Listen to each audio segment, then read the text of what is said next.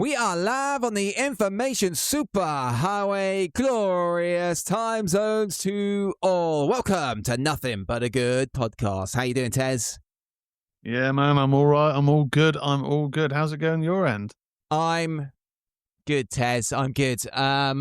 We recorded last week on a Wednesday, and Ozzy Osbourne passed away the day before. Iconic pop culture icon for the whole world, you know, not just metal. People know who Ozzy Osbourne is. And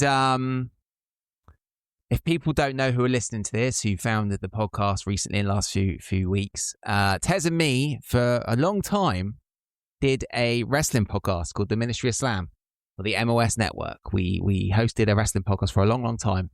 I have been a massive wrestling fan for many years, as has Tezz.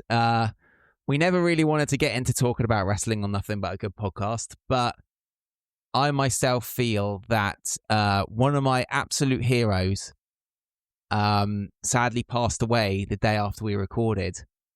And I'll be honest, I've been so upset.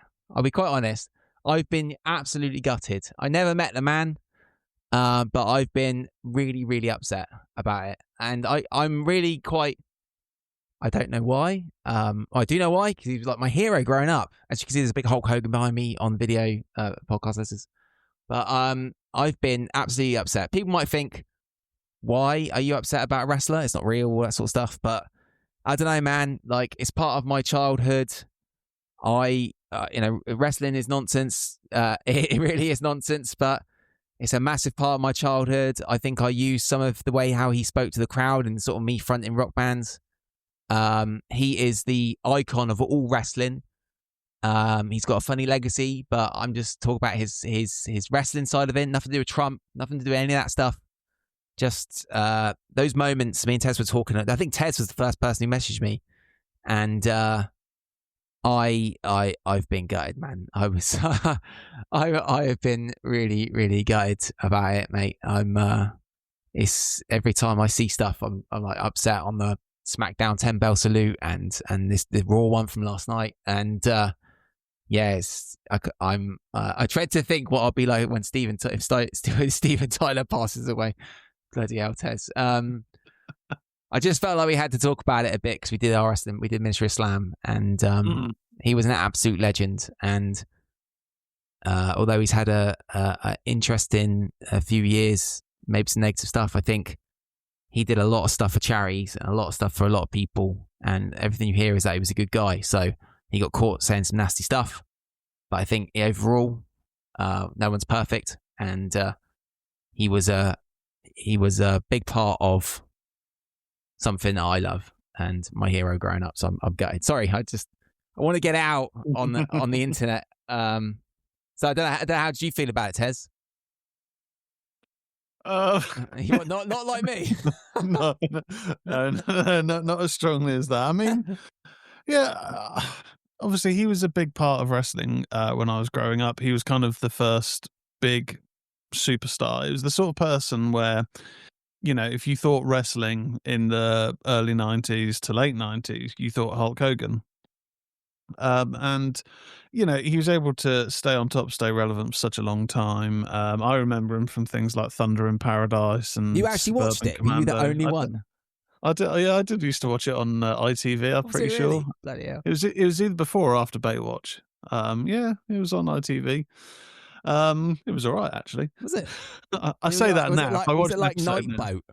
Basically, Night Rider. Yeah, basically. It was a boat, yeah. But yeah, I mean, he was a larger than life character, and as you say, there's interesting things come out in the last few years and whatnot. But if you just sort of separate, the person we saw on TV as a kid and the impact that they had then, it was a huge legacy in the wrestling world. Yeah. I think is a diplomatic way to put it. So, yeah, I mean, it was a surprise. And I think especially because of how soon it had come to the Aussie news, never want to be outdone. I know that's a really bad thing to say, but yeah. I mean, it was a big loss.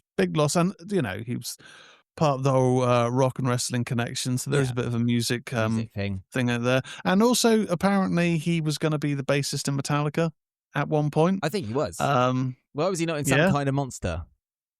I don't know. I mean, you should imagine that if he auditioned and he was in Some Kind of Monster and he didn't get it. Well, that don't work for me, brother. But rest in peace, Hulk Hogan. I know people think, what you talk about, Lawrence, is a wrestler guy, but yeah, I've been mega upset about it, and I just wanted to get it out. And he was awesome as far as I'm concerned in his wrestling stuff. Gets you in the feels, that Hulk Hogan Rock match. This wrestling's mental, and we won't talk that much about wrestling on Nothing But a Good podcast. We sort of set that mandate before. We don't plan much, but we set that mandate before we start. But I feel like this Hulk Hogan passing is something we had to mention. So rest in peace, Hulk Hogan. Thank you for all the memories. I'll be a Hulkamaniac forever. Okay. Brother. Yeah, brother. So you met when we were chatting a little while ago about unsigned bands, how the landscape has changed over the years. One of the things that you mentioned, wasn't it? Yeah, exactly. One of the things you mentioned was about how over the course of like 10, 11 years, your unsigned band had spent a huge amount of money. How much do you think it was? I thought it was $8 grand. $8 or grand. $5 grand. Yeah. $5 grand. Yeah, it wasn't quite that, was it? No, I think when I said it, so I think it's on episode 3 or episode 4, music downloads is the episode we did. And it was about Aerosmith doing the first ever music download and how music streaming and things have changed music. And I said that from 2012 to 2020, Voodoo Vegas, my original band, spent $100 grand. I've checked that, and it was actually 2009 to 2020. So still a substantial amount of money. 2021, start of 2020, because that's when lockdown happened, didn't it? So, yes, we spent basically $100 grand from 2009, when Merrill joined the band, pretty much, to the year 2020. I don't know if that's because of Merrill's indulgences, like in one luxury hotels and things like that. But it's definitely not, because we ended up sleeping in dives on floors with plasters in the bath and covered in blood plasters. It was disgusting. So the places we stayed, definitely wasn't any indulgence there at all. So I thought it was an interesting thing. We just passed over it. Like $100 grand is a huge amount of money. You know, it's half the price of the house I bought. You know, Mel and me bought like 5-6 years ago. You know what I mean? It's a wild amount of money, $100 grand, to spend that in 11 years on, and to be in a situation where none of that went into my pocket either. I had none. The only money I ever earned from Voodoo Vegas, Tezz, we played a gig with Oprah Winfrey. We didn't play a gig with Oprah Winfrey. But there's some Food Network lady who's as big as Oprah Winfrey, but does food cooking. Okay. And it's an American thing. And her husband came over and played at the Camden Barfly in London. And we were offered the support slot. And then they changed it. You can play the headline slot if you want. It was only a 40-minute set. And he was basically warming up his band with the warm-up act for the Fun Loving Criminals the next night at the O2. So they wanted to play a warm-up show for that show. And basically, they had an absolute butt ton of money, and they said, here, because he was minted from the Oprah Winfrey thing, I think. I got no idea who the guy is. I can't remember his name. And they paid us £600-700 quid, which at the time was loads of money. And they gave us this giant buyout. So they said, how much do you want per person for the buyout? And the buyout is, like, you can buy your food and your drink and things like that per person in the band. So they gave us a big buyout. And we actually... So I think it's the only time we've done a gig where we actually said, okay, here, guys, is 50 quid. It might have been 50 quid or something, but that's the only time we ever took money from it, which is wild. So I thought it was quite an interesting discussion to get into, like, how does a unsigned band spend that much money? Because I don't think people realise. Did you think that, Tezz? I mean, you did. Did you spend much money in any of the bands you guys were doing? No, so I mean, a lot of what we did in Beneath the Decay was very much what can we do on a shoestring, because we didn't really ever sort of think like, okay, if we want to record here or if we want to promote here, then we need to do X, Y, Z. It was very much a case of, okay, what's the cheapest way that we can record an EP? What's the cheapest way that we can, get gigs in a variety of different venues? Which, I mean, in terms of not impacting our wallets, was good, but it definitely kind of stunted how far we could go, because like we recorded an EP and we recorded an album. Yeah. Both of them done incredibly, you know, low key, using rehearsal spaces, using at home recording and whatnot. And it was fun, but when I listen back to it now, you can tell that it wasn't record. I mean, in today's day and age, you can record things at home that sound like they were done in the studio, but back then, very evident whether you actually have some production values behind it or whether it's shoestring.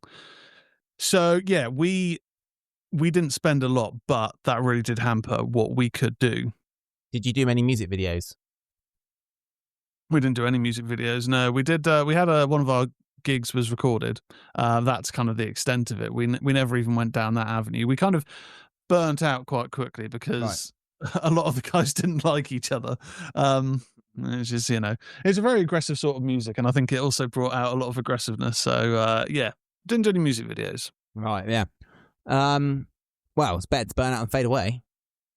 True. From the Kurgan. Kurgan said that in Highlander. Not Kurt Cobain, by the way. It was the Kurgan in Highlander. No, it's the Kurgan. People think Kurt Cobain said it. He took it from Highlander. I'm pretty sure. It's like, so cool, Kurt Cobain. He says it's better to burn out and fade away. No, it was the Kurgan in Highlander 1. Kurt Cobain is cool, though, I guess, if you like that sort of thing. No, but it's wild. I think the thing is with it, I mean, this could be a deep dive into the beans you spend being in a band. I mean, back in those early days, and it was 2009 when Meryl joined, like I said, we did a gig at a venue called Mr. Kip's down here in Poole. We ended up recording that gig, and we were just selling that for £5 as a CD in a plastic envelope at gigs to sell, and we were making quite a bit of money on them because it would cost us nothing to make. Essentially, sit at home burning it on a CD. Literally, you'd have one ream of blank CDs here, one ream of like the empty ream of you know, the plastic. Was it the little circle with the plastic tube in the middle? So you get one CD, burn it, sit there, slide it on, and then just keep going. Then you start folding them up, and you sell them for £5, and people would buy it. And I'm sure there's people who might have listened to this who went to Vegas gigs and had that CD. It sounded probably atrocious in production value, but it was a way to get our music out there. We did a fair few years of touring around, supporting UK Guns N' Roses and a few other tribute bands, because you play in front of lots of people, you know, and you'd be making beans coming in. But the thing is, when we wanted to decide to go and do our first album, which was 2012, we recorded it at Rockfield Studios, the famous studio in Wales, where Bohemian Rhapsody was recorded and loads of other big songs. You know, then it gets serious. Because you think you got to, like you said, the production value is massively different if you want to do an album. An album is like the flag in the sand, isn't it? I'd hate to be I love it that I've got albums recorded than having like what it might be like now with just like EPs and one song just for a music video to put out, and then another song next month just for content. You know, I've got like 3 proper albums that are out there. So I think, like, and you think about the money stuff. Like, I remember just before that record, there was a lady from Germany who was going to manage us, and we had to pay for our flights to come over. There's so many people in the music industry who are just taking money from original bands, and no one, it's not regulated. Like, there was a lady came over from Germany, and she was supposed to be a promoter, quote unquote, and she wasn't doing anything to promote us at all. It was like, and I've got a situation with me, I always question. I'm like, so what are you doing if you're calling yourself a promoter? And it upsets people. And many times through this musical journey I've had, and what we will probably find out on Nothing But a Good Podcast is in future episodes, that I'll say something to people and they get really upset about it, because I'm like, I'm just questioning their job. Like, what are you doing? Like, if this was me doing it, I remember I sang, you know, I said about Gilby Clarke. I actually sang with him 2 gigs. I sang It's So Easy during those 2 shows we played with him. And in my mind, maybe it's naivety. I was like, well, this is quite a cool thing. You know, unsigned band singer sings with Guns N' Roses guitarist. Let's send it out to the press. There was loads of rock websites, and she didn't do it. So that pissed her off. You know, and it's like, and then she said, oh, I'm not working with you anymore. I was like, well, we've just spent like bloody 300-400 quid, 500 quid flying you and your promoter over here, or a mixer. Anyway, that happened all the time. So then we got to the first record. And of course, you know, you're thinking, I remember there was you remember the album Dance Album Permission to Land? Yeah. Massive record. There's a producer who did it called Pedro Ferreira, and he's the producer from that record. And there's about another band that was recorded called Tokyo Dragons, who were awesome. I highly recommend going and check out some Tokyo Dragons music. Really good, just classic rock, like no bullshit rock music. It's really good. They were London based, and I love their record. And I was like, I'd love it to sound like that. And Pedro produced that as well. And I remember him saying, well, we recorded at Rockfield, this famous studio. So we were like, it's going to cost this. We met him in March, and it's going to cost this much money. And we need to go to Rockfield for a week, and I'm going to cost you this much money per song. I think it was like 500 quid a song. So, yeah, per song. And Rockfield was like 400 quid a day. I can't remember. So you're doing a 10-track album. You know what I mean? Bang, thousands of pounds you're spending on this thing. You kind of had to do it because it was your flag in the sand of like, this is our first record. And I don't know, this is all years later. Did we need to record at Rockfield? Did we need to spend that much money? Really? I don't know. As an unsigned band doing our first album, I don't regret it. It was one of the best 2 weeks of my life. So I don't regret it. But like financially as a business, did we need to do that? I mean, I don't know. If you had the opportunity to have recorded in a big studio like that, Tezz, would you have done it for the experience? Or it's all about experiences, this music, isn't it? We get onto it for the experience. We don't get it into it for the business. It's never a business. It's playing music. Yeah, I mean, my accountancy head would always sort of look at that and go, okay, if we want to work with this producer and we know what his rate is, so that's not necessarily going to change. That is what that is. So the only kind of variable would be the recording studio. And I just imagine that if you looked at other recording studios either in the area or of a good quality, the rate is probably not going to have been a huge amount lower than that location.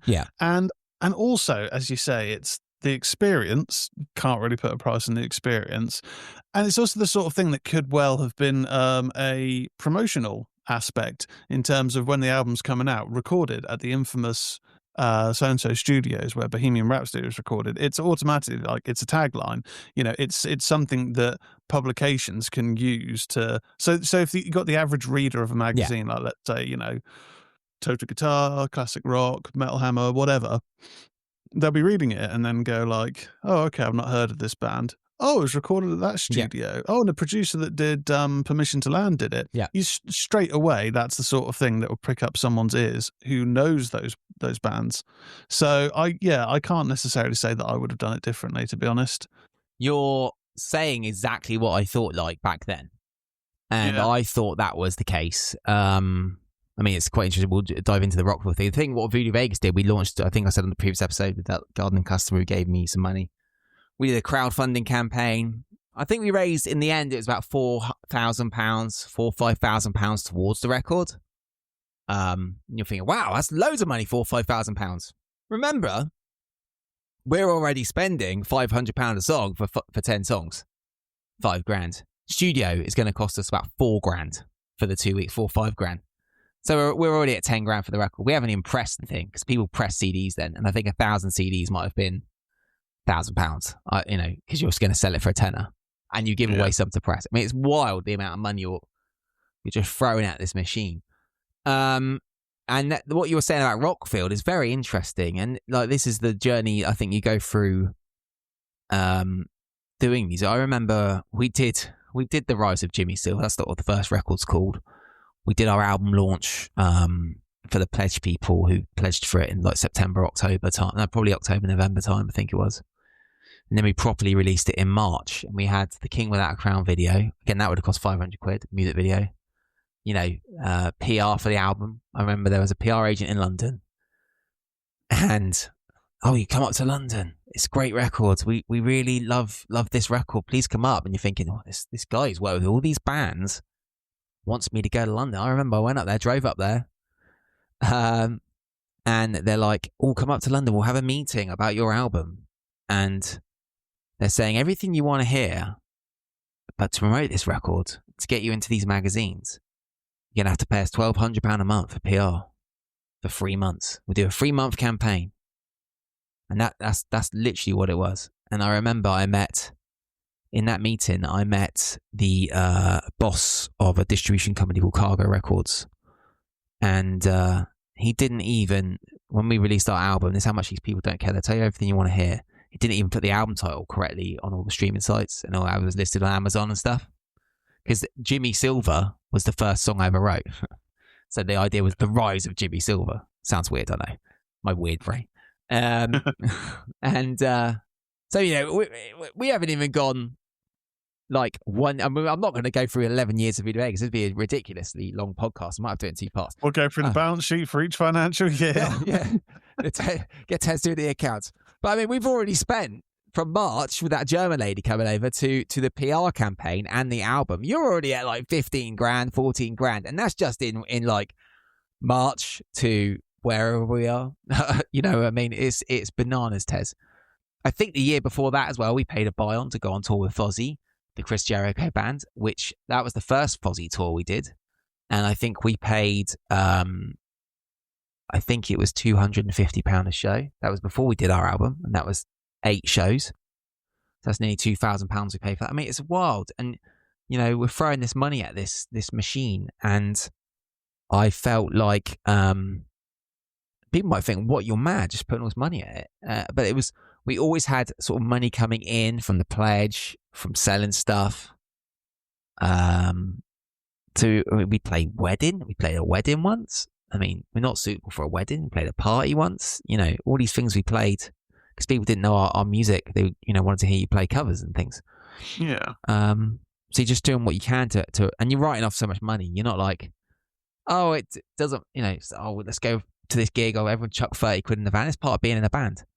But the trouble with it is you've got these people who are feeding you all this nonsense, saying you've got to spend all this money for PR and all this stuff. And are they really doing a lot? I don't know. It was a weird one, and it just cost loads of money, man. I mean, that was the first year. The second year we went on another tour. I think we went on tour with Fozzy again, and that buy-on was for 6 shows, and I think we spent 4.5 grand for 6 shows, 7 shows of them. And we went from being the main support to opening the tour with a band called Breed 77. Oh, okay. I've heard of them. I mean, it's wild, Tezz. It's just so much money you're spending. And we're not even talking about when we went flying to gigs and stuff like that. I guess with these promoters that are like, yeah, we'll do a 3-month campaign, £1,200 a month, it's going to cost you. I wonder if they would have an answer if you were to say, okay, I mean, that sounds interesting. Am I going to get an itemized breakdown of every activity you're doing each of those months? Because then straight away, that would be a case of, right, okay, so if I'm paying you 1,200 quid and you've done 3 things, they're 3 very expensive things from the looks of this, like. Well, the thing is with it, would they be able to provide that? The Probably music not. industry, especially in this country, is not regulated. So if you go and went and got a kitchen installed or whatever, 3.5 grand kitchen, I did some landscaping, put some decking down. You can see the result for 3.5 grand. And I understand you can't bring a horse to water and make it drink if you're PRing someone. But man, if you went and questioned any of that money, why am I, spend this much money? What's going on? And they're not saying to you, right, okay, here's the plan. You spend this money, we need 3 singles from you, 3 music videos. Can you get that for us? Because remember, you're new to this. They're not saying we need 3 singles and 3, so we'll do 1 single month 1, 1 single month 2, 1 single month 3. They didn't say any of that. They just did PR. And no one said you need 3 singles.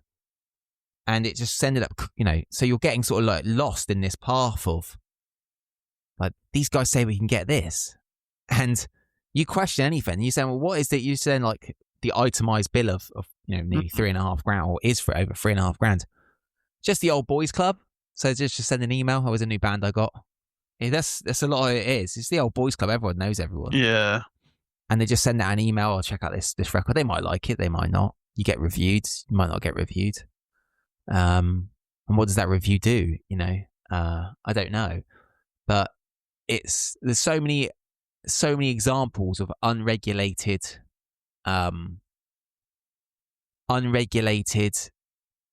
people just grabbing as much money as possible. That's totally against my nature. I'm not like that. So it was very difficult. I always wanted to see the best out of people. There was a lady I did vocal coaching for. I won't say her name.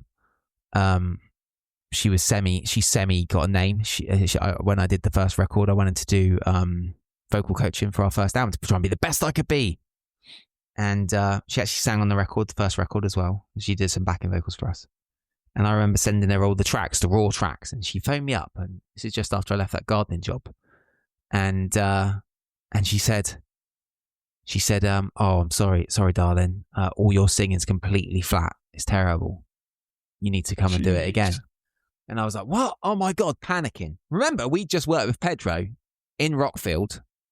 One of the top producers of the time, I'd say. Had a million-selling album not 2 years ago. And I remember phoning up Pedro, and I was like, Pedro, mate, I've just been phoned up by the vocal coach. So Pedro would have met her because she sang on the record. And he was like, she's just said all my singing's flat. Dude, it's terrible. And I'm panicking because, of course, we've spent all this money.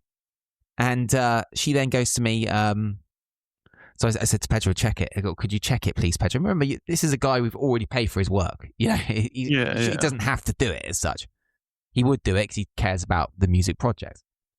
Checks it all, puts it in a program called Melodyne, where you can see the notes of the song and has it hit the note you're looking for.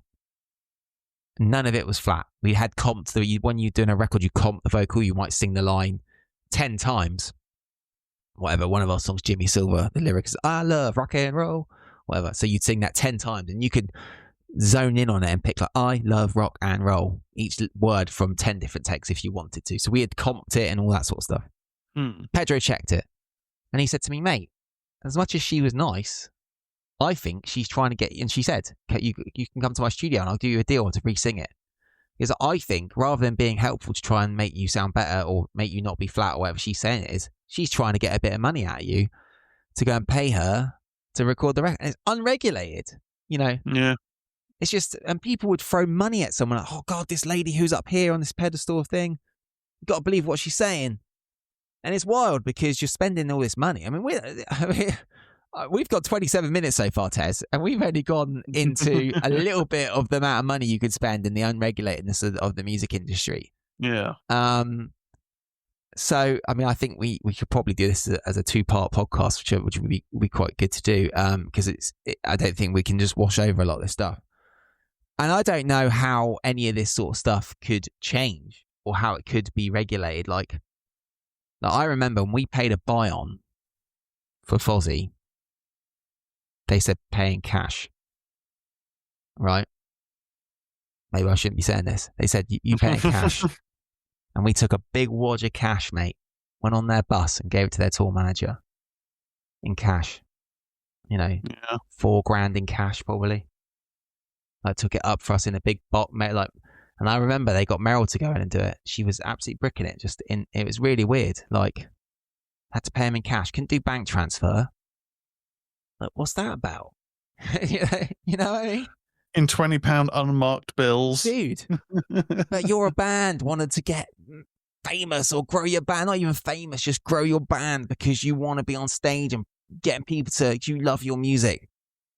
And you had to, they were like, come and do this tour. And remember, bring the cash. And I've got all these emails to prove it. And another unregulated thing. I'll give you another example of that Stevie lady who said your singing's flat. We did the tours with them and they said, you are the best band that has ever supported us. We love you. You guys warm the crowd up more than any band we've ever played with.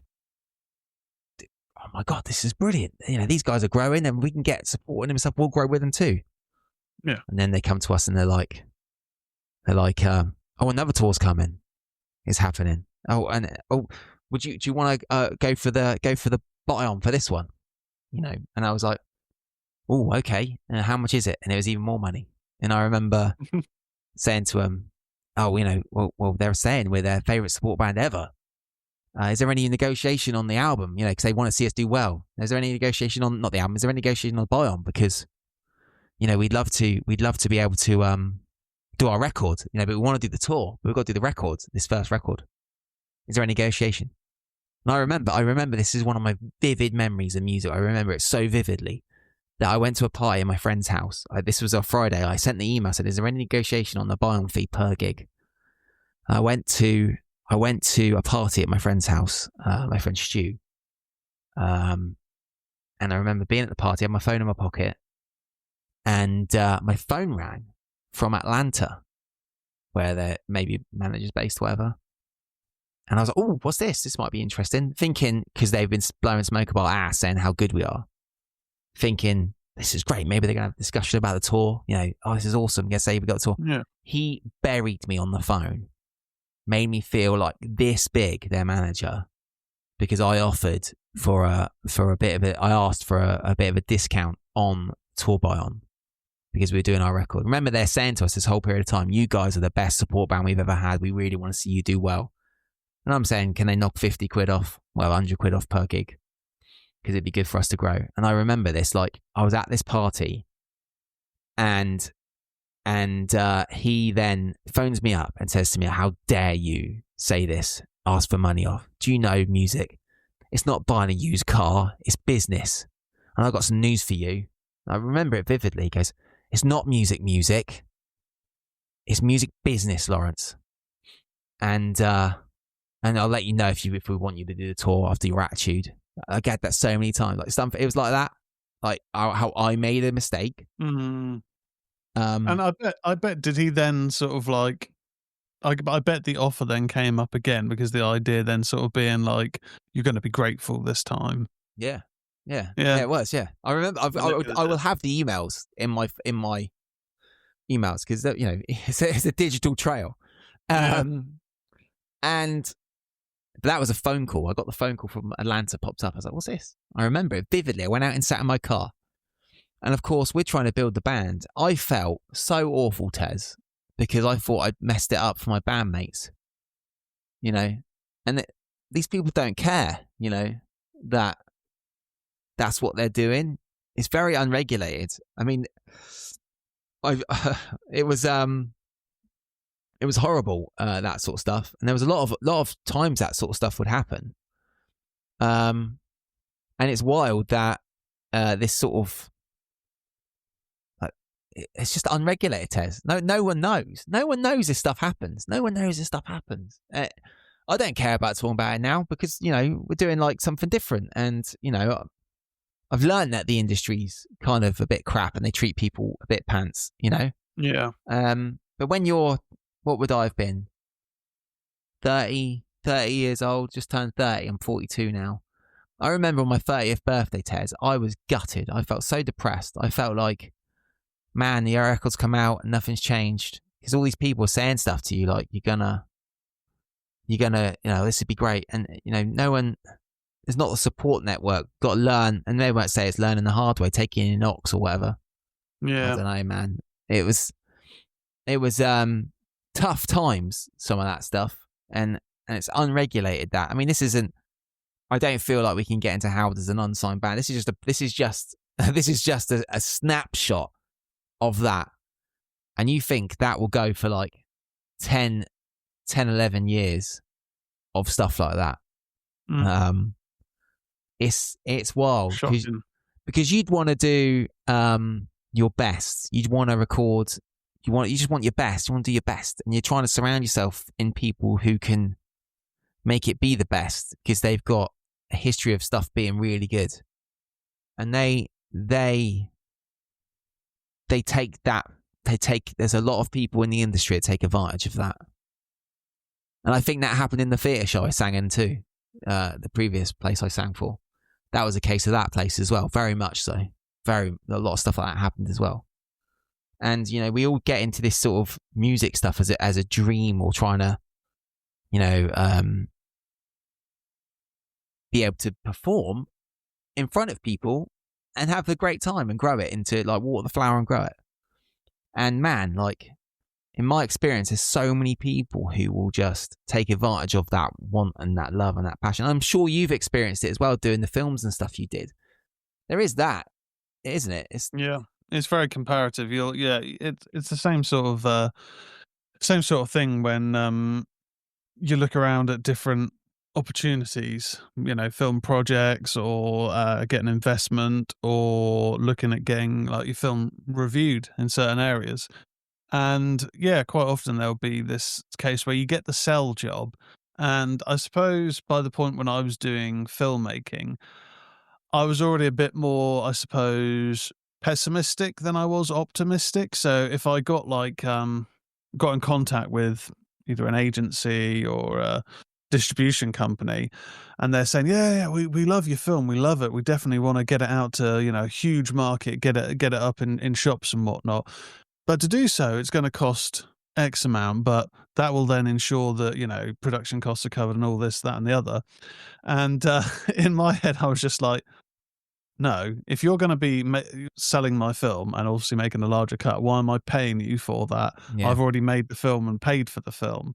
And so, yeah, I mean, it ended up leading down a sort of a different road, getting my film signed with a company called Vipco, which had come back from the dead. They had some notoriety in like the 80s and early 2000s.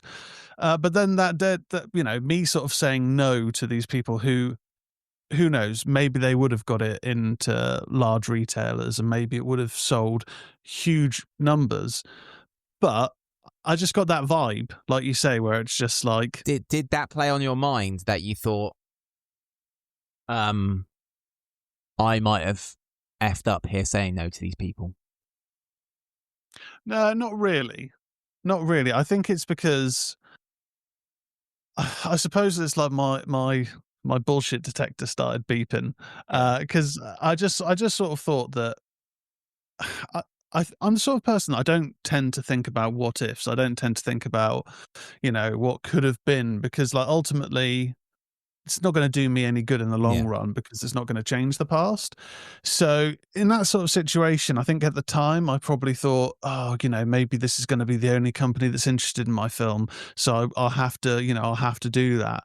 But I then sort of had a word with myself and thought, I don't know. I don't know if they're going to be the only company interested. And if they are genuinely interested in the film and I say no now and I still try and shop it around, and if it gets nowhere, then what's the harm in me saying, hey, the film is still available. Yeah. Are you still interested? And taking it up then.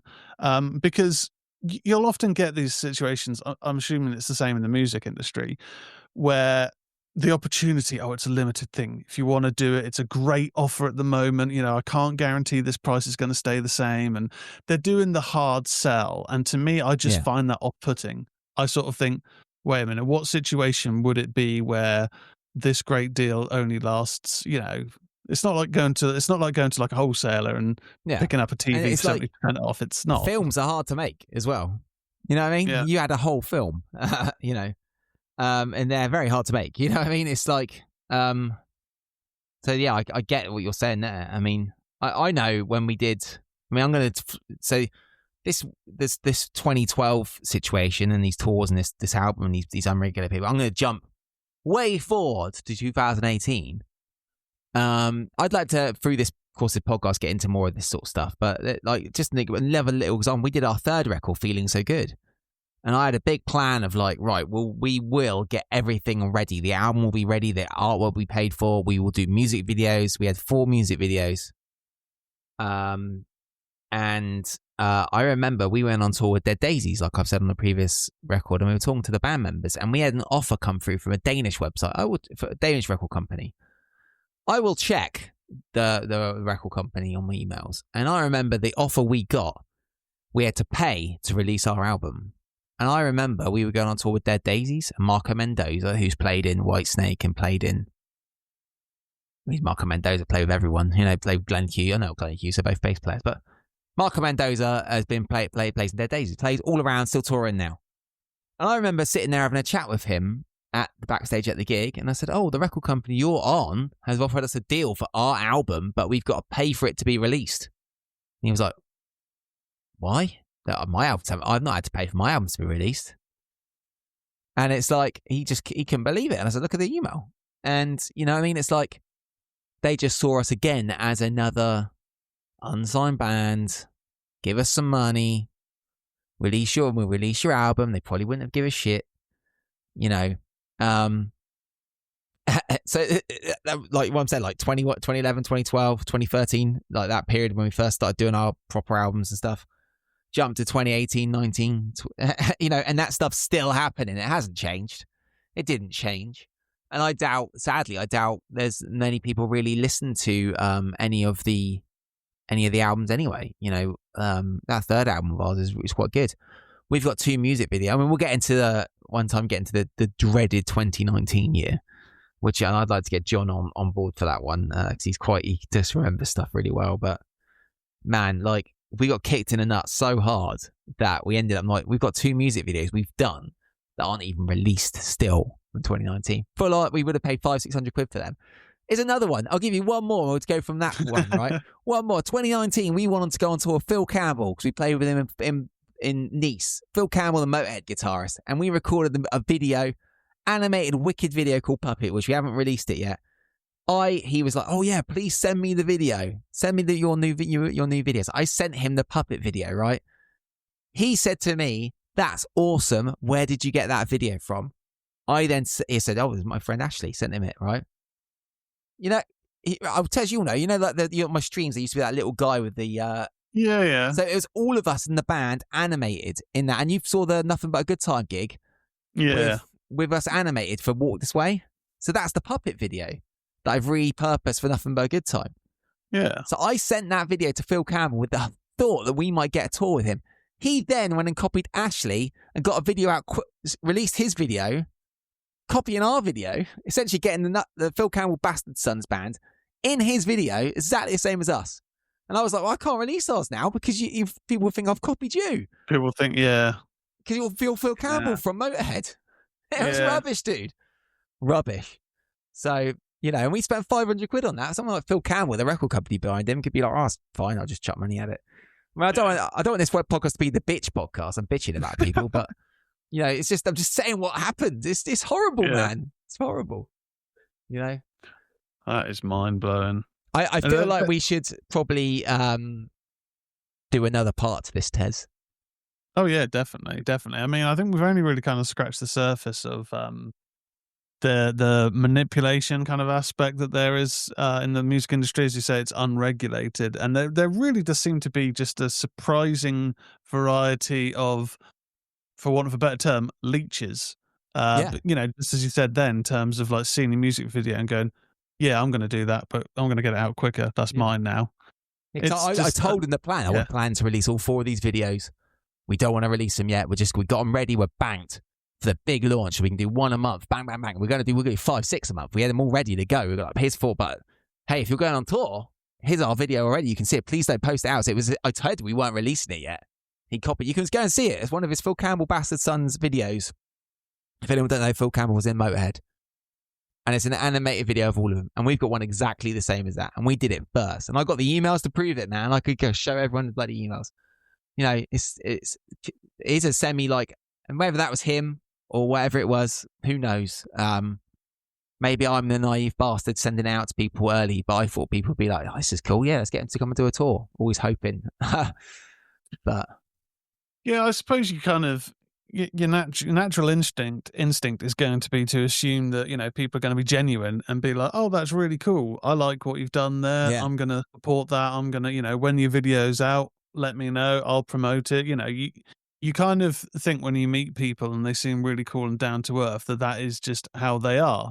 But yeah, I guess in terms of, as you say, there's going to be a lot of people in the music business who look at it as music business, not music. And I mean, it's just quite a sad state of affairs, really, I think. That stuck with me for years, how old I was when that phone call was music.